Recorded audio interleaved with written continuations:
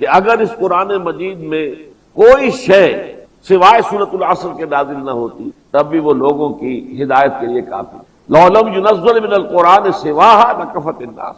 لیکن جو بات سورۃ العصر میں ایک سورت میں آئی ہے وہی بات ایک آیت کے اندر سورہ بقرہ کی آیت البر، لیس البر ان تولوا وجوہکم قبل المشرق والمغرب ولكن البر من آمن بالله واليوم الآخر والملائكة والكتاب والنبيين وآتى المال على حبه ذوي القربى واليتامى والمساكين وابن السبيل والسائلين وفي الرقاب وأقام الصلاة وآتى الزكاة والموفون بعهدهم إذا عاهدوا والصابرين في البأساء والضراء وحين البأس اولئک الذین صدقوا واولئک هم المتقون. اندازہ کیجئے یہ ایک آیت. اسی طرح کی آیت جو ہے پھر آیت اختلاف بھی ہے، وہ ہم پڑھ چکے ہیں. اس کے بعد اس سے بھی زیادہ نمایاں مثال یہ آیت الکرسی کی ہے جو اس 34ویں رکوع کے اندر شامل ہے سورہ بقرہ، جس کے بارے میں ہم پڑھ لیں گے وہ روایات کی کہ نبی اکرم صلی اللہ علیہ وسلم نے اسے قرار دیا ہے ہی سیدۃ آیات القرآن. تمام قرآن حکیم کی آیات کی سردار جو ہے وہ آیت الکرسی. اور چونکہ میں نے ابھی حوالہ دیا ہے کہ جو نسبت و تناسب ہے سورۃ العصر اور آیت البر میں، قرآن کی جامع ہدایت اور لوازم و شرائط نجات جس طرح سورۃ العصر میں آئے ہیں وہ ایک سورت ہے، اسی طرح آیت بر میں آ گئے ہیں جو ایک آیت ہے. اسی طرح توحید خداوندی جس طرح سورہ اخلاص میں آئی ہے 4 آیتوں، قل هو اللہ احد اللہ الصمد لم یلد ولم یولد ولم یکن لہ کفوا احد، اسی طریقے سے اتنی ہی جامعیت کے ساتھ اس آیت الکرسی میں ہے جو آج ہم انشاءاللہ جس کا مطالعہ کریں گے. بہرحال اس حوالے سے نوٹ کر لیجئے. ایک اور مثال بھی میں آپ کو دے دوں اس سورہ مبارکہ میں، جیسے کہ میں نے آیت الآیات کا حوالہ دیا ہے، 20ویں رکوع کی پہلی آیت ہے، اس رکوع کی بھی 4 آیات ہیں، اس رکوع کی بھی 4 آیات ہیں. یہ بھی توحید کے ایک پہلو کو بیان کر رہا ہے اور وہ بھی توحید ہی کے ایک فلسفے کو بیان کر رہا ہے.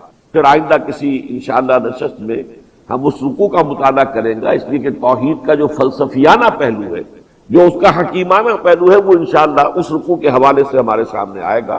لیکن توحید کا جو اعتقادی پہلو ہے وہ ہے کہ جو آج آیت الکرسی کے حوالے سے ہمارے سامنے انشاءاللہ بتمام کمال آ جائے. اب ہم آغاز کر رہے ہیں. سب سے پہلی آیت جو ہے اس کا تعلق ہے انسان کے عمل سے. یوں سمجھیے کہ جیسے ایک انگوٹھی ہو اور اس میں کوئی نگینہ بہت بڑا خوبصورت یا کوئی ہیرا جڑا ہوا ہے لیکن پھر دونوں طرف اس کے بازو ہوتے ہیں، اسی طرح آیت الکرسی ہے بڑا نگینہ یا بڑا ہیرا، اور اس کے دونوں اطراف میں، اس کے شروع میں اور اس کے بعد، اس سے پہلے اور اس کے بعد جو آیات ہیں ان کا تعلق عمل سے. آیت الکرسی کا تعلق عقیدے سے ہے، ایمان سے ہے، نظریے سے ہے، فکر سے ہے، سوچ سے ہے. لیکن اس کے 2 تقاضے جو ہیں عملی، وہ ہے کہ جو آیت الکرسی سے ایک آیت قبل اور آیت الکرسی کے ایک بعد والی آیت جو ہے اس کے اندر آتے ہیں. یا ایھا الذین آمنوا، اے اہل ایمان، انفقوا مما رزقناکم، خرچ کر دو، کھپا دو، لگا دو، صرف کر دو ان سب چیزوں میں سے جو ہم نے تمہیں دی ہے. من قبل ان یاتی یوم، اس سے پہلے کہ وہ دن آ جائے، لا بیع فیہ ولا خلۃ ولا شفاعہ، جس دن کے نہ کوئی خرید و فروخت ممکن ہوگی، نہ کوئی دوستی مفید ہوگی، نہ کوئی سفارش فائدہ پہنچائے گی. والکافرون هم الظالمون، اور جو انکار کریں وہی ہے ظالم، وہی ہے مشرک. اب اس آیت میں پہلے تو میں چاہوں گا کہ آپ لفظ انفاق کو اچھی طرح سمجھیں، اور یہ کہ یہ انفاق جو ہے، انفاق فی سبیل اللہ، یہ اس سورہ مبارکہ کا، سورہ بقرہ کا جو نصف ثانی ہے، یہ 2 حصوں میں منقسم ہے. جن حضرات نے دورہ ترجمہ قرآن میرا سماعت فرمایا ہے یا قرآن حکیم کی صورتوں کا جو باہمی ربط میرا ایک کتابچہ ہے اس میں نے تفصیل بیان کی ہے کہ سورہ بقرہ کے 2 حصے ہیں. نصف اول میں اصل خطاب ہے سابقہ امت مسلمہ یہود کے ساتھ، یا بنی اسرائیل یا بنی اسرائیل یا بنی اسرائیل. نصف ثانی میں سارا خطاب ہے موجودہ امت مسلمہ یعنی امت محمد صلی اللہ علیہ وسلم. اسی لیے میں نے ایک نام تجویز کیا ہے سورہ مبارکہ کا سورۃ الامتین. یہ 2 امتوں کی صورت ہے کہ اس کا نصف اول جو ہے اس کا تعلق جو ہے سابقہ امت مسلمہ سے ہے جس کو معزول کیا گیا اور اس کی جگہ یہ نئی امت فائز کی گئی، اور اس کا جو حصہ ثانی ہے نصف ثانی اس کا تعلق جو ہے وہ امت مسلمہ سے ہے، امت محمد سے ہے صلی اللہ علیہ وسلم۔ یہ جو دوسرا حصہ ہے اس میں 4 مضامین کی لڑیاں ہیں، 2 ہیں احکام شریعت، کیونکہ یہ پہلی ہے مدنی صورت، اور مدنی صورت کے اندر احکام آئے ہیں، شریعت کے احکام۔ آپ کو مکی صورتوں میں وہ احکام نہیں ملتے، مکی صورت میں تو بنیادی بحثیں ہیں، ایمانیات کی بحثیں، فکری بحثیں ہیں، نظری بحثیں ہیں، لیکن یہ کہ اصل میں شریعت کا جو ڈھانچہ آتا ہے وہ تو ہے مدنی صورتوں میں، اور اس کا جو بلو پرنٹ ہے وہ سورہ بقرہ میں تیار ہوا ہے، پھر اس کی جو ہے تعمیر ہوتی ہے اور تکمیل جا کر ہوگی سورہ مائدہ پر۔ اس اعتبار سے اس میں شریعت، اب شریعت کی 2 لڑیاں ہیں۔ شریعت کا ایک حصہ عبادات، چنانچہ یہاں روزے کے احکام آئے، حج کے احکام آئے، نماز کے بعد احکام آئے، یہ ہے عبادات۔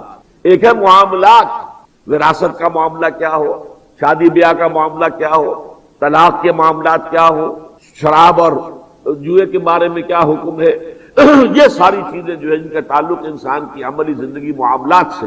تو 2 لڑیاں تو یہ ہے شریعت کی، عبادات اور معاملات، اور 2 لڑیاں ہیں جہاد فی سبیل اللہ کی۔ لیکن یہ جہاد فی سبیل اللہ جو ہے مدنی دور میں آ کر اب یوں سمجھیے کہ 2 لڑیوں میں تقسیم ہو گیا ہے۔ قتال فی سبیل اللہ، اس لیے کہ ابھی مکی دور میں قتال نہیں تھا، اب جہاد نے شکل اختیار کی قتال کی، اب جنگ کا معاملہ ہے۔ قتال فی سبیل اللہ اور انفاق فی سبیل اللہ، اس لیے کہ ظاہر بات ہے کہ جنگ کے لیے سامان حرب و ضرب کی ضرورت ہے، اسلحہ کی ضرورت ہے، رسد کی ضرورت ہے، لہذا اس میں مال چاہیے۔ جب تک کہ مالی ذرائع نہ ہو آپ جنگ جو ہے اس کا آغاز نہیں کر سکتے۔ اس لیے اب یہاں پر جہاد فی سبیل اللہ کو 2 واضح لڑیوں میں تقسیم کر دیا گیا، قتال فی سبیل اللہ اور انفاق فی۔ لیکن یہ جو 4 لڑیاں ہیں یہ ایسا نہیں ہے کہ ایک مضمون مکمل ہو جائے پھر دوسرا پھر تیسرا پھر چوتھا، بلکہ یہ 4 لڑیاں ہیں جیسے کہ رسی کے اندر ہم بٹ دیتے ہیں رسی کو، آپ 4 لڑیاں ہیں اس کو بٹ دیا آپ نے اور رسی بنا دی، نتیجہ کیا ہوگا کہ اب یہ جو ہے مسلسل نظر نہیں آئے گی کوئی لڑی۔ مثلا یہ کہ ایک اگر لال ہے، ایک نیلی ہے، ایک پیلی ہے، ایک ہری ہے، تو اب آپ کو رنگ کٹوا نظر آئیں گے رسی کے اندر، لال ہے، پیلا ہے، نیلا ہے، ہرا ہے، پھر لال ہے، پھر نیلا ہے، پھر پیلا ہے، پھر ہرا ہے۔ اس طریقے سے یہ 4 مضامین جو ہے یہ 19ویں رکوع سے لے کر اور 40ویں رکوع تک یہ 4 مضامین کٹوا آپ کو ملتے ہیں، بظاہر کٹوا ہیں، لیکن اگر لڑیاں کھول دی جائیں تو گویا کہ ہر لڑی مسلسل ہے، ایک مضمون ہے انفاق فی سبیل اللہ کا، ایک مضمون ہے قتال فی سبیل اللہ کا، ایک مضمون ہے عبادات کا، ایک مضمون ہے معاملات کا۔ تو انفاق فی سبیل اللہ پر کئی مرتبہ اس سے پہلے، کیونکہ وقت کم ہے میں اس میں تفصیل میں نہیں جا سکتا، ابھی حال ہی میں نے اس کا درس دیا ہے، جو میرا تسلسل کے ساتھ درس چل رہا ہے جو قرآن آڈیٹوریم ہے، ایک مرتبہ تو میں ختم کر چکا ہوں میرے قرآن کا درس وہاں، لیکن اب دوبارہ شروع ہوا ہے، تو وہ اب اس مقام پر تھا، اسی کے حوالے سے میں نے یہاں کے لیے بھی اسی کا فیصلہ کیا، تو میں نے تفصیل سے پھر اس میں لڑی کھول کر بتا دی کہ انفاق فی سبیل اللہ کے ضمن میں کون کون سی آیات آ چکی، اور اس کے بعد آپ دیکھیں گے آگے جا کر 2 رکوعوں کے بعد پورے 2 رکوع آئیں گے انفاق فی سبیل اللہ، جیسے قتال فی سبیل اللہ پر منفرد آیات بھی آئیں، اور پھر 2 رکوع آئے ہیں، آیت الکرسی سے پہلے والے 2 رکوع ہیں وہ جو طالوت اور جالوت کی جنگ کے حوالے سے قتال فی سبیل اللہ پر پورے 2 رکوع۔ اس طریقے سے یہاں پر بھی اب یہ آ رہا ہے انفاق کا معاملہ۔ انفاق جو ہے پہلے اس لفظ پر غور کیجئے، اگرچہ سورۃ المنافقون ہم نے یہاں پڑھی تھی، کچھ عرصہ ہوا اس وقت بھی اس پر بحث ہوئی تھی، لیکن پھر تازہ کیجئے، یہ تو در حقیقت کلا انہا تذکرہ، ذہن کے اندر ان چیزوں کو تازہ کرتے رہنا چاہیے، اور ایسا بھی ہوتا ہے کہ ہر مرتبہ ہر محفل میں کچھ لوگ نئے بھی ہوتے ہیں۔ عام طور پر اس کے معنی ہم کرتے ہیں مال خرچ کرنا، اللہ کی راہ میں مال خرچ کرنا، لیکن اصلاً یہ لفظ جو ہے اس سے بہت زیادہ وسعت کا حامل، اس لیے کہ عرب جو ہے اس لفظ کا استعمال کرتے ہیں دونوں چیزوں پر، مال خرچ ہو گیا، نفقت الدراہم، درہم جیسے ہم کہتے ہیں کہ اب پیسے ختم ہو گئے، تو نفقت الدراہم پیسے ختم ہو گئے، درہم ختم ہو گئے، اور ایک ہے نفق الفرس، گھوڑا مر گیا، گویا کہ جان کا چلے جانا بھی انفاق ہے، نفق ہے۔ چنانچہ ایک بڑی پیاری حدیث ہے حضرت معاذ بن جبل سے رضی اللہ تعالی عنہ، کہ جس کے آخر میں آتا ہے حضور فرماتے ہیں وَمَا أَثْقَلَ مِيزَانَ عَبْدٍ كَدَّابَّةٍ تُنْفَقُ لَهُ فِي سَبِيلِ اللَّهِ، جو قیامت کے دن جب میزان نصب ہوگی، اعمال تلیں گے، نیکیوں کا اعمال ادھر ہیں اور بدی کے ادھر ہیں، اہل ایمان کے، ظاہر بات ہے کفار کے اعمال کا وزن نہیں ہوگا، وہ تو سیدھے جہنم میں جائیں گے. لیکن جو ایمان کے دعوے دار ہیں اور جن کے دلوں میں کچھ ایمان کی رمق تھی، ان کے اعمال جو ہیں ان کو تولا جائے. تو حضور فرماتے ہیں کہ نیکی کے پڑھنے کو سب سے زیادہ بوجھل کرنے والی شے، سب سے وزنی شے جو اس میں پڑے گی، وہ چوپایا ہوگا جو کسی مجاہد فی سبیل اللہ نے جب جہاد اس پر سوار ہو کر کیا اور اس میں وہ چوپایا کام آ گیا. اب آپ کو معلوم ہے، آپ گھوڑے کے اوپر سوار ہو کر جنگ میں حصہ لے رہے ہیں تو تیر جیسے انسانوں کو لگ سکتا ہے گھوڑے کو بھی لگ سکتا ہے. جیسے انسان جو ہے وہ شہید ہو جائے گا تو گھوڑا بھی گویا کہ اللہ کی راہ میں شہید ہو جائے گا. تو فرمایا کہ جتنا اس گھوڑے کی شہادت جو ہو جائے گی اللہ کی راہ میں، کدابۃ تنفق لہ فی سبیل اللہ، اللہ کی راہ میں جہاد کرتے ہوئے اس کی جو سواری کام آ گئی، اس سے جتنا وزن اس کی نیکی کے پڑھنے کے اندر پڑے گا اور کسی شے سے نہیں پڑے. تو گویا کہ انفاق کے اب معنی ہو جائیں گے جو بھی کچھ اللہ نے تمہیں دیا کھپاؤ. تمہیں وقت دیا ہے، کچھ مہلت عمر ہے 50 60 70 سال، اس کا اکثر حصہ لگاؤ اللہ کے دین کے. اس لیے کہ فی سبیل اللہ کا لفظ آیا ہے، انفاق جو ہے اللہ کے راستے میں. انفقوا مما رزقنا، جو کچھ ہم نے دیا ہے، اور اس میں انسان کو جان دی ہے، مال دیا ہے، اولاد دی ہے. اولاد کو لگاؤ اللہ کے لیے، اللہ کے دین کے لیے. یہ تو تمہارا سب سے بڑا سرمایہ ہے، سب سے بڑا ایسٹ ہے.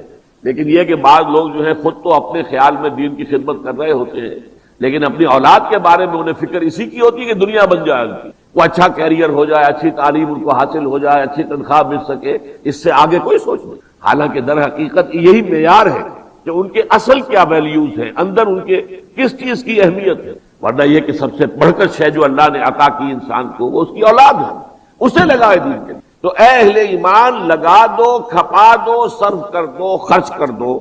یا ایھا الذین آمنوا انفقوا مما رزقناکم من قبل ان یاتی یوم، اس سے پہلے کہ وہ دن آ جائے. اب یہاں تذکرہ ہو رہا ہے قیامت کے دن کا، اور اس کے لیے 3 کیٹیگوریکل نفییں آ رہی ہیں. وہ دن یوم لا بیع فیہ ولا خلۃ ولا شفاعہ، جس دن نہ تو کوئی خرید و فروخت ہو سکے گی، نہ کوئی دوستی مفید ہوگی، نہ کوئی شفاعت فائدہ پہنچائے گی. یہ جو کیٹیگوریکل ڈینائل سے اچھی طرح نوٹ کر لیجئے، اس لیے کہ اگلی آیت الکرسی میں ایک ایکسیپشن بھی اس میں آئے گی. شفاعت جو ہے اس کی ایک شکل ہوگی اور وہ جائز ہوگی، لیکن ابھی جو ہے کیٹیگوریکل ڈینائل جو ہے اسے ذہن میں رکھ لیجئے. اور یہ بھی نوٹ کر لیجئے کہ اس سے بھی زیادہ سخت کیٹیگوریکل ڈینائل جو ہے ان چیزوں کا 2 مرتبہ سورہ بقرہ میں پہلے آ چکا ہے. ایک اس کے 6 رکوع میں اور ایک 15 رکوع میں. واتقوا یوما لا تجزی نفس عن نفس شیئا ولا ينفعها شفاعة ولا يؤخذ منها عدل ولا هم ينصرون. لا يقبل منها شفاعة. واتقوا يوما لا تجزي نفس عن نفس شيئا ولا يقبل منها شفاعة ولا يؤخذ منها عدل ولا هم ينصرون. ڈرو اس دن سے، قیامت کا دن جب آئے گا نہ کوئی جان کسی دوسری جان کے کام آ سکے گی، نہ کسی کی جانب سے کوئی سفارش قبول ہوگی، نہ کسی سے کوئی فدیہ لیا جائے گا، اور نہ کسی کی کوئی مدد ہو سکے گی. یہ ہے قیامت کا. پھر 15 رکوع میں پھر آیا یہی 4 چیزیں، صرف اس فرق کے ساتھ کہ یہاں جو نمبر 2 پر ہے اسے وہاں نمبر 3 پر لے گئے، اور جو نمبر 3 پر ہے اسے نمبر 2 پر لے آئے. بس صرف اتنا سا ترتیب کا فرق کیا ہے. واتقوا یوما لا تجزی نفس عن نفس شیئا ولا يؤخذ منها عدل ولا تنفعها شفاعت. اب شفاعت کا ذکر نمبر 3 پر آ گیا، وہاں نمبر 2 پر تھا. کوئی شفاعت مفید نہیں ہوگی، ولا هم ينصرون، نہ اس کو مدد دیں. تو 3 مرتبہ سورہ بقرہ میں آ گیا. یہ تیسری مرتبہ جو ہم پڑھ رہے ہیں. واتقوا یوما، فرمایا من قبل ان یاتی یوم لا بیع فیہ ولا خلۃ ولا شفاعہ، یعنی قیامت کے دن کام آنے والی شے انسان کے اپنے اعمال ہو، اصل شے جس پر کہ فیصلہ ہو. اگرچہ فیصلہ کن شے آخری اللہ کی رحمت ہوگی. چنانچہ حدیث میں آیا ہے کہ کوئی شخص محض اپنے افعال کی بنیاد پر جنت میں نہیں جا سکے گا جب تک کہ رحمت خداوندی دستگیری نہ کرے. اور جب کسی صحابی نے حضور سے پوچھ لیا، بڑی ہمت کی، جرأت سے کام لیا کہ کیا حضور آپ بھی، کیونکہ وہی لفظ میں دوبارہ استعمال کر رہا ہوں، کیٹیگوریکل سٹیٹمنٹ، کہ حضور کا یہ جملہ جو تھا اتنا سمجھیے کہ واضح تھا اور اتنا ہماگیر تھا کہ آپ نے فرمایا کوئی شخص نہیں جا سکے گا جنت میں محض اپنے اعمال کی بنیاد پر جب تک کہ اللہ کی رحمت دستگیری نہ فرمائے. تو اب اس میں ایک سوال پیدا ہو گیا، کیا حضور آپ بھی؟ فرمایا ہاں میں بھی، الا ان یتغمدنی ربی برحمتہ، جب تک کہ میرا رب مجھے اپنی رحمت سے ڈھانپ نہیں لے گا میں بھی جنت میں داخل نہیں ہوں۔ تو یہ سمجھ لیجئے آخری شے تو رحمت خداوندی ہے، بنیادی شے اعمال ہے، یہ رحمت بھی اعمال پر آتی ہے۔ آپ نے اپنی سی محنت کی ہے، آپ نے اپنی سی کوشش کر لی ہے، چلیے پھر بھی آپ یہ ایک سمجھیے کہ ایک مارک ہے ریکوائرڈ، ایک معیار، اس تک نہیں پہنچ سکتے، لیکن آپ نے اپنی سی کوشش کی ہے، اللہ تعالیٰ کنڈون کر دے گا، تلافی کر دے گا، اپنی رحمت سے جو ہے اس کی تلافی کر دے گا، یہ دوسری بات ہے۔ لیکن آپ عمل سے بالکل عمل سے یہ جو علامہ اقبال نے کہا ہے کہ عمل سے فارغ ہوا مسلمان بنا کے تقدیر کا بہانہ، اسی طرح اللہ کی رحمت کا بہانہ بنا کر یا رسول اللہ کی شفاعت کا بہانہ بنا کر انسان جو ہے اپنے آپ کو عمل سے فارغ کر لے تو پھر نہ وہ شفاعت مفید ہوگی اور نہ ہی وہ اللہ تعالیٰ کی رحمت جو ہے وہ دستگیری فرمائے گی۔ تو اصل شے اعمال، جیسے کہ سورۃ النجم میں فرمایا لیس للانسان